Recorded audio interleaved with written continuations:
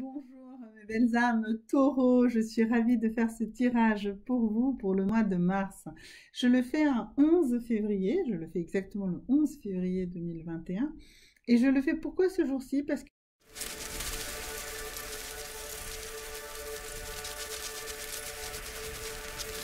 nous sommes une pleine lune et que je ressens la nécessité de faire un certain signe aujourd'hui. Donc vous en faites partie. Donc mes amis taureaux, voici votre tirage pour le mois de mars 2021. Alors première chose, la charge mentale, allons-y, allons voir qu'est-ce qui vous taraude, qu'est-ce qui vous pèse sur vous en ce mois de mars. Alors, la force, ouf, ça veut dire que mes amis taureaux, vous avez besoin, envie, vous croyez que vous avez la force, que vous êtes la force, que vous pouvez tout tenir sur vos épaules. Vous voulez être la personne la plus forte dans votre famille, la plus forte dans ce que vous souhaitez faire, dans vos performances. Vous avez ce besoin de force. Or, il faut admettre que vous avez besoin aussi de vous reposer. Vous avez besoin de vous reposer. Ce mois de mars, il faut que ce soit un mois où vous ne forcez pas, justement. Où vous ne forcez rien. Où vous laissez couler les choses. Profitez de la vie, tout simplement. Laissez-vous porter par la vie en ce mois de mars, mes amis taureaux. C'est très, très important. Vraiment. Cette charge mentale de la force, si vous la maintenez sur tout le mois de mars, vous allez claquer à la fin du mois. Donc, s'il vous plaît, mes amis taureaux, je sais que le mois de février a pu être très, très bon pour un grand nombre de taureaux. Mais là, admettez que vous avez besoin de vous reposer. D'accord? Sinon, vous allez craquer. Vous allez péter un câble. D'accord? Donc, faites pas ça, les amis taureaux. D'accord? Vous n'avez pas besoin d'être le plus fort, la plus forte dans tout ce que vous faites. Sur le mois de février, vous aviez, si je me souviens bien, une promotion, des avances, etc. Bah là, fouhou, mais c'est bon, hein, vous l'avez acquis. Donc, laissez-vous porter un petit peu par cette euphorie et n'essayez pas d'être la plus forte. N'essayez pas de démontrer, n'essayez pas. Écoutez, soyez beaucoup plus à l'écoute, soyez beaucoup plus à la compréhension. Essayez de comprendre comment les choses font. Bon, bah voilà. Qu'est-ce que ce tarot ici qui vous dit? Il vous dit quoi? Il vous dit, bah, je prends le temps. Donc voilà, ça se combine de manière très évidente. Mes amis taureaux, en ce mois de mars, prenez le temps. Prenez du temps pour vous, prenez le temps pour réaliser les choses. Il n'y a pas besoin de foncer. Il n'y a vraiment pas besoin de foncer. Vous n'avez pas besoin de démontrer quoi que ce soit à qui que ce soit. D'accord? Il n'y a pas besoin de faire tout ça. Ok? Alors, comment vous allez faire ça avec les autres? Qu'est-ce que vous devez montrer aux autres? Parce que ce que vous pensez, vous, c'est que si vous prenez ce temps, si vous arrêtez de forcer, ben, on va plus vous voir la personne aussi forte, puissante. Un taureau, quoi, qui fonce, quelqu'un qui assume, qui a des épaules et tout, voilà. Et bah, vous n'êtes pas obligé d'aimer tout le monde. Voilà. Alors, vous n'êtes pas obligé de montrer que vous n'aimez pas tout le monde, mais vous n'êtes pas obligé d'aimer tout le monde. Vous n'êtes vraiment pas obligé d'aimer tout le monde. Ok? Faites vos choix. Choisissez avec qui vous avez envie de passer votre temps. Ce temps que vous devez prendre. D'accord? Ok, mes amis taureaux? Donc, vraiment des choses très importantes. On va aller voir un petit peu les chakras. Alors, les chakras. Quel chakra faut équilibrer? Avec quelle pierre? Sur quoi il faut travailler? Sur ce mois de mars? Qu'est-ce qu'il faut rééquilibrer? Alors, qu'est-ce qu'il faut rééquilibrer? Eh bien, votre chakra du cœur, la notion de victime. Vous vous sentez victime. Victime de quoi? Victime de vos réussites, victime de tout plein de choses, victime de vous-même, d'accord? Et un peu plus de sagesse. Bon, bah écoutez, très clairement, ici, le deuxième chakra. Alors, la victime, peut-être assembler ici avec de la sagesse, c'est plutôt pas vous qui vous sentez victime. On a vu tout à l'heure que vous voulez être fort, que vous vouliez aider tout le monde, que vous n'êtes pas obligé d'aimer tout le monde. Eh bien, c'est ça, ce serait plutôt ça le message. Hein. Travaillez vraiment, soyez plus sage, n'aimez pas les autres, n'aimez pas forcément tout le monde. Ne vous mettez pas à aider tout le monde. Hein. C'est un peu votre caractéristique. Vous voulez tout faire pour tout le monde, vous voulez aider tout le monde. Alors, donc pour ça, il va falloir du jade jaune d'Australie, voilà, qui va vous envelopper d'une joie de vivre, de savoir prendre du recul, vous allez être plus gai, plus sociable, plus optimiste, plus communicatif. Cette pierre est très efficace en collier, portée entre le chakra de la gorge et du cœur. Le jade jaune dénoue les blocages émotionnels. Donc, jade jaune d'Australie, ou sinon ça s'appelle également de la prénite. Voilà, c'est ça qui va vous aider justement à prendre du recul, à être plus dans la joie de vivre, dans l'optimisme et la communication. Voilà, c'est ça qu'il va falloir travailler énormément, mes amis taureaux, en ce mois de mars. Alors, un petit message de l'univers pour vous, un univers qui vous veut du bien, hein, ici de Byron Katie. Alors, comment puis-je savoir ce que je n'ai pas besoin? Alors, comment puis-je savoir que je n'ai pas besoin de ce que je désire? Eh bien, je ne l'ai tout simplement pas. Voilà. Si vous désirez quelque chose et que vous ne l'avez pas, ben c'est parce que vous n'en avez pas foncièrement besoin. Encore une fois, par rapport à cette force, vous n'avez pas besoin de tout réussir, vous n'avez pas besoin de tout accomplir, vous n'avez pas besoin... Je vous connais, mes amis taureaux, je sais que vous êtes des gens très volontaires, je sais que vous voulez réussir les choses. Alors, pas forcément pour la réussite elle-même, mais pour démontrer justement votre puissance, votre force de travail. Eh bien, comment puis-je savoir que je n'ai pas besoin de ce que je désire? Ben, tout simplement parce que vous ne l'avez pas. Et par contre, tout ce que vous avez, soyez dans la gratitude dans tout ce que vous avez.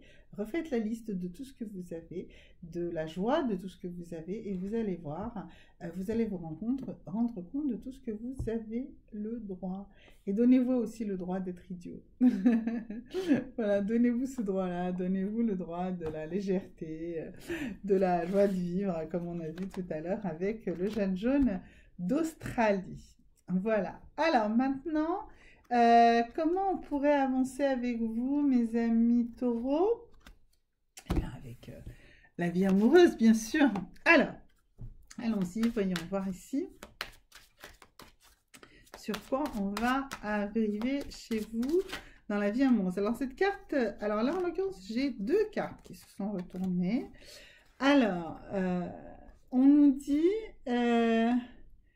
que ça vaut le coup d'attendre et que vous devez prendre le temps de vous connaître l'un l'autre. Donc, dans l'ensemble des cas, il vaut mieux attendre avant de se jeter sur le premier venu, la première venue qui vous paraît passionnante. Et si vous êtes dans une relation qui vous paraît encore pas très solide, eh bien c'est parce que vous avez besoin de mieux vous connaître l'un l'autre. D'accord? Donc, prenez le temps de faire connaissance de la personne vers laquelle vous souhaitez aller, ou même de la personne que vous n'avez peut-être pas encore rencontrée, mais que vous allez rencontrer. Mais prenez bien ce temps de vous découvrir l'un l'autre, de mieux vous comprendre. Ça vaut le coup. Ça vaut le coup de prendre son temps. Alors, c'était aussi la carte, tout à l'heure, on avait aussi « je prends le temps ». Donc, ça reste ça, d'accord? Ça vaut le coup d'attendre, ça vaut le coup de prendre son temps. Voilà, mes amis taureaux, c'est très très important ce message-là. Alors, comment vous allez comprendre mieux, pourquoi prendre ce temps? Qu'est-ce qui est au fond de vous? Alors, vous faites partie des gens qui veulent tout contrôler. Vous voulez tout contrôler, vous voulez avoir un contrôle total. Eh bien, vous ne pouvez pas tout contrôler, d'accord? Vous ne pouvez pas contrôler l'autre. Vous ne pouvez pas non plus contrôler toujours vos propres réactions, même jamais en réalité. La seule moyen ce serait justement de mieux se comprendre, de mieux se connaître et de changer ses pensées, de changer son attitude face à la vie. Donc, arrêtez d'être dans ce contrôle. Arrêtez d'être dans le contrôle. Ne contrôlez pas. Prenez le temps. On avait vu aussi, hein, cette carte-là aussi, elle est avec la force ici, qui était une carte qui vous parlait beaucoup, qui nous parlait de votre charge mentale. Et donc là, bah, arrêtez d'essayer de tout contrôler. Ça ne va pas aller du tout si vous restez sur ce besoin de contrôle. Qu'est-ce que j'ai encore? Vous pensez que des gens très contraires s'attirent et du coup, bah, vous pensez que plus la personne sera différente de vous, mieux ça marchera. Bah, c'est pas forcément vrai. Donc vraiment, prenez ce temps, hein, ce temps de découvrir l'autre, de le comprendre, d'échanger, de vous comprendre l'un l'autre. C'est vraiment extrêmement important. D'accord? Voilà. Alors, je vais aussi vous donner une petite piste sur un jour qui va être très important pour vous. Ce jour, ça va être le 10 juin. D'accord? Euh, alors, euh, ce jour nous dit que c'est la Saint-Landry. Donc c'est une période où on commence en juin à cultiver et à voir ce que les cultures vont donner. Et on a peur que s'il pleut trop ce jour-là, eh bien ça abîme les cultures. Donc ça veut dire que vous, ce 10 juin, faites un petit peu, observez la journée. Elle vous donnera le pouls de la suite de votre année, d'accord? Le 10 juin, pour vous, mes amis taureaux, est une journée extrêmement importante. Voilà, c'est un message que j'ai reçu comme ça. Je ne tire pas ça régulièrement, mais voilà, là, ça vient d'arriver. Alors, également, si vous faites des rêves et que c'est un rêve, il y a des bagages. Alors, les bagages dont vous rêvez suggèrent des habitudes, des attitudes, des plaisirs, des déplaisirs, des nostalgies que vous véhiculez avec vous, peut-être même sans le savoir. Le rêve se rapporte aussi aux souvenirs anciens qui subsistent en vous ou aux choses que vous appréciez. Bien entendu, un bagage peut symboliser un départ et un voyage. Donc, si vous avez de rêves de bagages, observez bien, est-ce qu'il s'agit de poser des bagages, de vider ses valises, ou est-ce qu'il s'agit de faire ses valises et de partir? Il faudra interpréter le rêve. Ce serait très important de noter tous les rêves qui tournent autour des bagages. Si vous avez rêvé d'une hirondelle, alors ce symbole est ambigu, parce qu'en revenant au printemps, au même nid, l'hirondelle elle est signe de fidélité, de fécondité, de bonheur. Mais en le quittant en hiver pour migrer, elle indique l'amertume de ceux qui la regardent partir. Donc, regardez si vous êtes plutôt dans un rêve où l'hirondelle revient dans son nid. À ce moment-là, ça veut dire que, pareil avec les bagages, ça veut dire que, bon, bah, il faut défaire ses bagages et il faut s'installer. Et si c'est une hirondelle qui s'en va en plein hiver, mais ça veut dire qu'il faut partir en voyage, d'accord? Qu'il faut partir. Il faut que vous partiez d'une manière ou d'une autre. Et troisième indice, si vous rêvez de frontières, donc ce rêve annonce la rencontre d'un obstacle ou d'une hésitation. À ce point de votre croissance, vous devez faire vos preuves ou procéder à des changements. Le passage d'une frontière offre une vie ou une expérience différente. Les réticents sont susceptibles de vous retenir. Outre vous rendre compte de certaines réalités inédites à propos de vous-même, vous prenez des décisions et assumez de nouvelles responsabilités. Voilà, donc ça, ce sont les 3 éléments, si vous en rêvez pendant ce mois de mars, qui devront vous donner des indications très très fortes. D'accord? Alors, ensuite, qu'est-ce qu'on peut tirer pour vous encore? Alors, un message des sorcières de tous les jours, oui. Un petit rituel à mettre en place. Oui, oui, je pense que vous avez besoin d'un rituel, quelque chose d'assez simple. On va voir dans quel domaine doit se retirer. Alors, donc on nous parle ici de rituels qui disent que vous pouvez guérir votre cœur. Et on voit ici que ce sont des rituels plutôt rattachés au feu, à l'élément feu. Donc, il faut que vous mettiez en place un mantra par lequel vous allez guérir votre cœur. Donc, on a vu de toute façon que vous aviez déjà le chakra du cœur déstabilisé. On nous parlait de la victime et de la sagesse. Donc, il va falloir en fait travailler des rituels. Alors, voilà, je vois tout à fait le type de rituel que vous devez faire. Voilà. Vous allez prendre des crayons de couleur et vous allez dessiner l'état d'esprit que vous avez des personnes qui vous ont blessé. C'est-à-dire que les couleurs vont exprimer les émotions que vous avez ressenties de la part de personnes qui vous blessent. Donc, vous allez dessiner un petit bonhomme, voilà. Et vous allez colorer les parties du bonhomme, enfin, peu importe, tout ce que vous voulez autour de ce bonhomme ou cette bonne femme, hein, ça dépend. Mettre des couleurs qui interprètent pour vous les émotions que vous ressentez en provenance de cette personne, d'accord? Et le truc, c'est que, en fait, vous, ces émotions-là, vous les ressentez très fort. Donc, ce que vous allez faire, c'est que vous allez ensuite prendre et barrer ce dessin. Et vous allez, en le barrant, vous dire que vous ne voulez plus ressentir. Vous ne voulez plus ressentir ça de la part de cette personne, d'accord? Ensuite, vous allez plier le papier en 4 et vous allez le brûler à une bougie, d'accord? Voilà, donc ça, c'est le rituel que vous devez faire, mes amis taureaux, pour vous libérer de l'emprise des émotions négatives qui vous sont envoyées par des gens et qui sont dans votre entourage. Ok?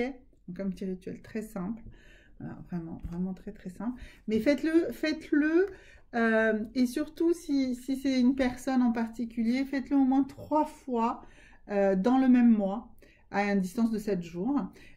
Comme ça, vous allez vraiment ancrer ce refus que vous avez de vous faire plus ou moins influencer, abattre par les émotions négatives émises par cette personne, enfin en tout cas telles que vous les ressentez.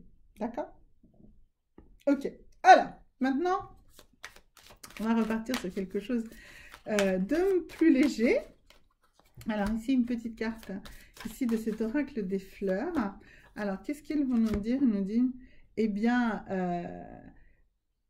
aimez du premier coup d'œil et ayez un esprit fier. Alors, en fait, alors c'est un petit peu compliqué parce qu'il y a trop de soleil, voilà.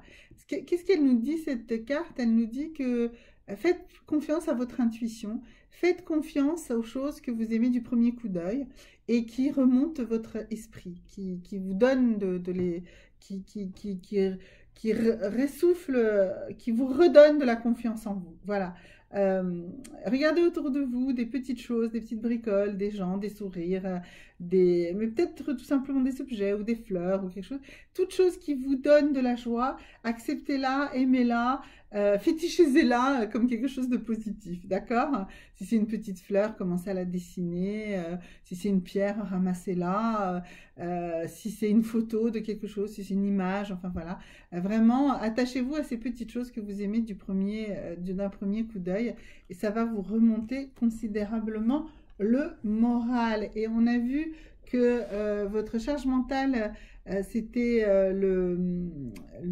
comment dirais-je, la force. Et là, il va falloir vraiment accepter que vous n'avez pas forcément besoin de lutter en permanence. Laissez-vous porter par la vie. Alors, je vais aussi ici vous lire un petit extrait d'un livre sur la méditation. Et donc, on va prendre dans un premier exercice, c'est celui de pratiquer la pleine conscience des sens. Alors, regardez simplement la pièce où vous vous trouvez, ou regardez par la fenêtre, et notez ce que vous voyez avec un esprit neuf, comme si vous voyiez votre environnement pour la première fois. Écoutez les sons, sentez les odeurs, percevez les goûts encore présents dans votre bouche. Ou, si vous avez faim, mangez quelque chose délibérément et en pleine conscience. Explorez votre corps. Reconnaissez tout ce que vous ressentez sur le plan physique ou émotionnel. Portez également votre conscience à toutes les pensées qui vous viennent à l'esprit. Quand vous avez fini, remerciez-vous d'avoir pris ce moment pour pratiquer la pleine conscience et reconnaissez ce que vous avez éprouvé en prenant conscience de vos sensations, de vos pensées et de vos émotions. Voilà, donc ça c'est un exercice pour graduellement apprendre à méditer. La méditation, c'est pas forcément un moment où on a l'esprit vide. Non, non.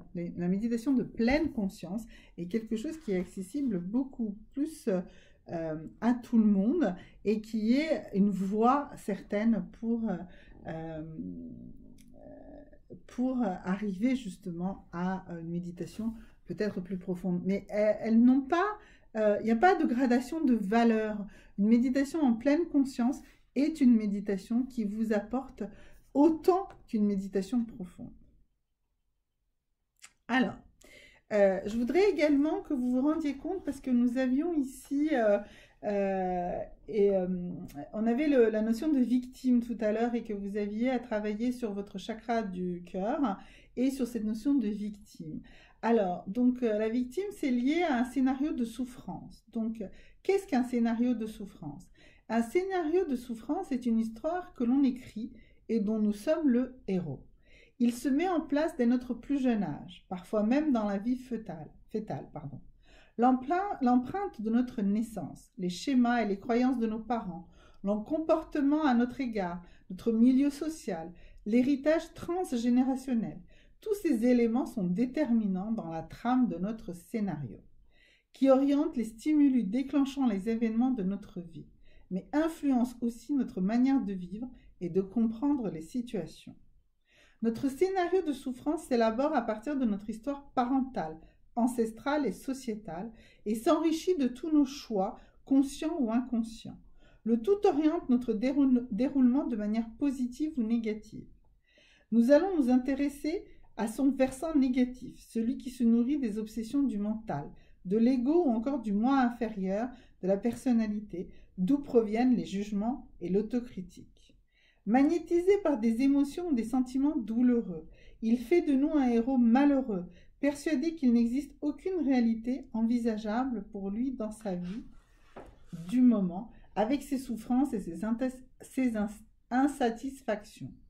Toutes ces vibrations enracinent le script dans le corps et dans le système de pensée qui finissent par agir sur le plan matériel, se traduisent par la répétition d'expériences difficiles. D'accord ? Donc un scénario, c'est une répétition. Comment faire pour écrire un scénario bénéfique? Pour qu'un changement se produise en profondeur, vous devez commencer par assainir vos pensées, en cessant de valider les jugements insufflés par votre mental. Celui-ci est bien sûr indispensable à l'activité humaine. Il permet de construire un raisonnement, il structure, il conquiert, il organise, il concrétise, mais il ne faut pas le laisser prendre toute la place. Sinon, il vous éloigne de votre véritable être intérieur. D'accord ? Nous sentons bien confusément que notre valeur personnelle s'amoindrit. Pourtant, il nous semble impossible de changer, ce qui se traduit par des leitmotifs généralement formulés de façon suivante. Je sais qu'il faut que ça change, oui, mais je ne veux pas faire de mal à. Je suis trop gentil et ça me retombe dessus. Du coup, ce qu'il faut vraiment, c'est travailler sur ces scénarios et comprendre, en fait, dans quel scénario de souffrance vous êtes. Alors, vous pourrez regarder, il y a 12 scénarios de souffrance possibles, d'accord? Il y a le coupable, il y a le résistant, il y a le peureux, l'indécis, le pétrifié, le contrôlant, le défaitiste, le décalé, l'insatisfait, l'illusionné, le gaspilleur, le gentil. Mais vous pouvez, en vérité, choisir de sortir de ces scénarios et écrire votre scénario. Et écrire votre scénario, eh bien, c'est ce travail que vous avez à faire pour sortir de ce cycle de souffrance, et ça sera le travail de travail sur votre mental. J'aide beaucoup de gens à travailler dans ce sens-là. Donc, si vous vous reconnaissez là-dedans, n'hésitez pas à me contacter. Je fais des coachings. Je vous aide au quotidien. J'ai déjà aidé plusieurs personnes. Je ne veux pas spécialement me vanter, mais c'est pour ça que je dis plusieurs, mais vraiment un nombre considérable de personnes, avec une méthode qui vous est totalement adaptée, avec une méthode qui suit votre évolution, qui suit également vos possibilités financières, bien sûr. Pourquoi je parle ici de finances? Parce que tout changement nécessite un engagement, et l'engagement le plus fort que vous puissiez faire, c'est toujours un engagement financier. Celui-là va vous pousser à aller plus loin. Donc, n'hésitez pas à me contacter. À très bientôt, mes amis taureaux. Au revoir.